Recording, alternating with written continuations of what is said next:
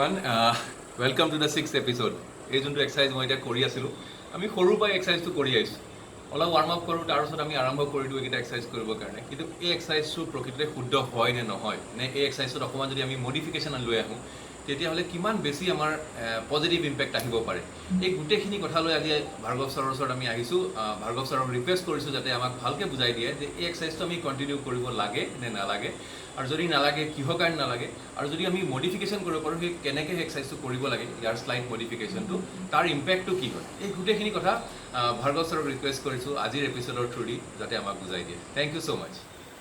অভিজিত এই এক্সাৰচাইজটোৰ নিচিনা আৰু এটা ফিজিকেল এক্সাৰচাইজ আছে সেই ফিজিকেল এক্সাৰচাইজটো হ'ল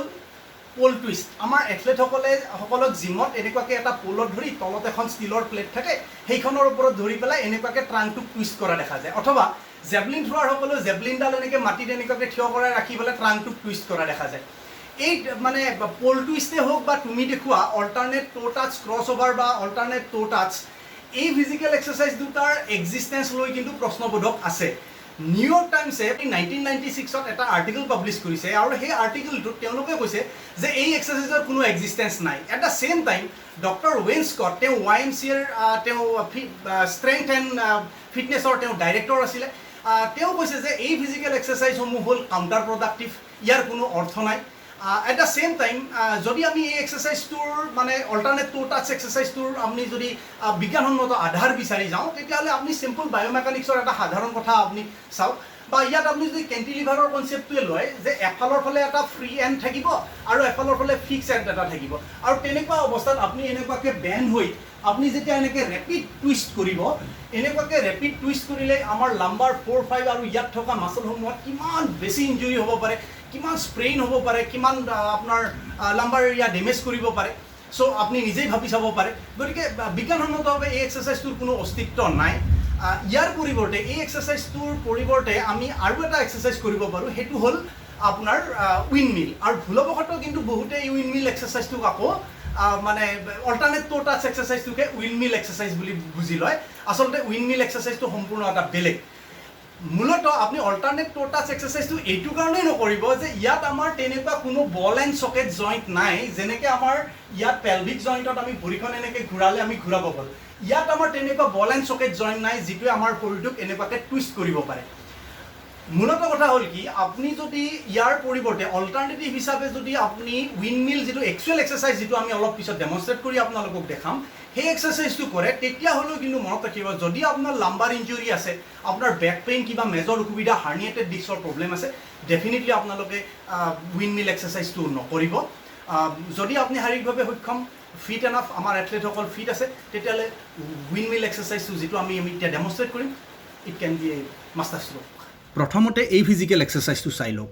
এই ফিজিকেল এক্সাৰচাইজটোৰ নাম উইণ্ডমিল এক্সাৰচাইজ যদি আপুনি হাতত কিবা ডাম্বেল কেটেলবেল লয় তেতিয়াহ'লে কেটেলবেল উইণ্ডমিল বুলি কোৱা হ'ব অথবা ডাম্বেল ল'লে ডাম্বেল উইণ্ডমিল বুলি কোৱা হ'ব মুঠতে কথাটো হ'ল যে ষ্টেণ্ডিং উইণ্ডমিলেই হওক বা কেটেলবেল উইণ্ডমিল এক্সাৰচাইজেই হওক বা ডাম্বেল উইণ্ডমিল এক্সাৰচাইজেই হওক যিয়েই নহওক কিয় আপুনি এই ফিজিকেল এক্সাৰচাইজটোক ষ্টেণ্ডিং অল্টাৰনেট টো টাচ বা ষ্টেণ্ডিং টো টাচ ক্ৰছ অভাৰ এই ধৰণৰ যি এক্সাৰচাইজটো আমি অকণমান অপ্ৰয়োজনীয়ভাৱে কৰি আছিলোঁ তাৰ অল্টাৰনেটিভ হিচাপত আমি ইয়াক ব্যৱহাৰ কৰিব পাৰিম এই ফিজিকেল এক্সাৰচাইজটো কৰোঁতে আপোনাৰ কেইবাটাও কিন্তু মেজৰ মাচল ইনভলভ হ'ব তাৰ ভিতৰত আপোনাৰ হেমষ্ট্ৰিং মাচলটো ইউজ হ'ব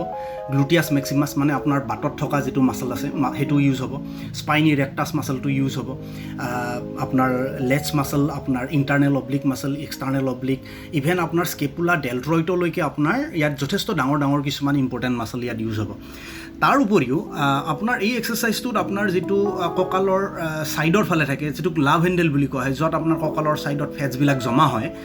এই এৰিয়াটো কিন্তু এই এক্সাৰচাইজটোৱে যথেষ্ট পৰিমাণে ষ্ট্ৰেচিং কৰিব আৰু ইণ্টাৰেষ্টিংলি আপোনাৰ এই ফিজিকেল এক্সাৰচাইজটো যদি শুদ্ধকৈ কৰা হয় তেতিয়াহ'লে আপোনাৰ অকণমান মাস্কুলাৰ ষ্ট্ৰেংথ ডেভেলপ হ'ব আৰু মেইনলি কিন্তু এইটোৱে আপোনাক ফ্লেক্সিবিলিটিত যথেষ্ট পৰিমাণে সহায় কৰিব আহক এক্সাৰচাইজটো কেনেকৈ কৰিব লাগে আমি পাৰ্ট বাই পাৰ্ট আলোচনা কৰোঁ এট ফাৰ্ষ্ট ষ্টেপ আপুনি দুইখন ভৰিও সমানকৈও ল'ব পাৰে shoulder width apart বা তাতকৈ অলপমান বহল কৰি লৈ পেলাই আপুনি দুইখন ভৰি সমানকৈ ল'ব পাৰে but it is recommended to place one leg little bit behind মানে এইটোৱে ক'ব বিচৰা হৈছে যে আপোনাৰ ৰেয়াৰ লেগৰ টোটো ফ্ৰণ্ট লেগৰ হিলৰ লগত একেটা লাইনত ৰাখিব লাগিব আপুনি ভিডিঅ'টোত মন কৰক তাত ৰেয়াৰ লেগৰ টোটো ফ্ৰণ্ট লেগৰ হিলৰ লগত একেটা লাইনত আছে আৰু এনেকুৱা অৱস্থাৰ পৰা আপুনি ষ্টেপ 2 লৈকে আগবাঢ়ি যাব পাৰিব আহক from this point you need to raise your hand along with your vertical axis আপুনি হাতখন পোনে পোনে ওপৰলৈকে উঠাব আৰু হাতখন যেতিয়া পোনে পোনে ওপৰলৈ উঠালে সেই অৱস্থাৰ পৰা আপুনি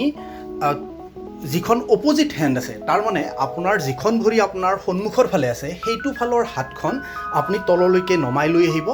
আৰু সেইখন ভৰিৰে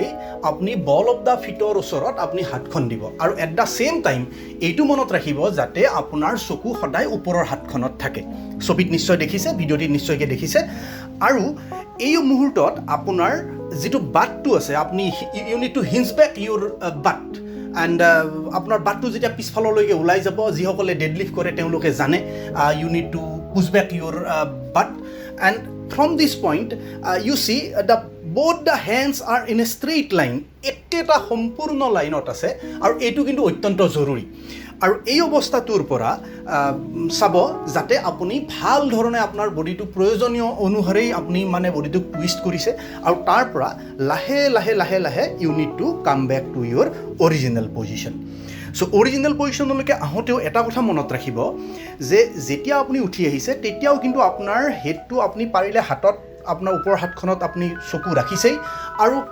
লাষ্ট পৰ্যায়ত শেষ অৱস্থাত আপোনাৰ হাতত থকা যি কিবা বস্তু থাককেই বা নাথাককেই আপুনি উঠি অহাৰ prior to date you need to twist your trunk আৰু সেইটো টুইষ্টটো ট্ৰাংক কৰিব ছবিত দেখিছে ভিডিঅ'ত দেখিছে আৰু ই সম্পূৰ্ণৰূপে ফ্ৰণ্ট অন অৱস্থালৈকে আহিব আৰু এই সাধাৰণ মেকানিক্স আৰু ইয়াত বাদে বিশেষ একো নাই একদম সহজভাৱে লওক but yes I would say it's looks very easy but very effective Sure, this exercise will definitely strengthen your core area, your butt, all this muscle will be strengthened by performing this exercise. এই physical exercise to কৰোঁতে আপুনি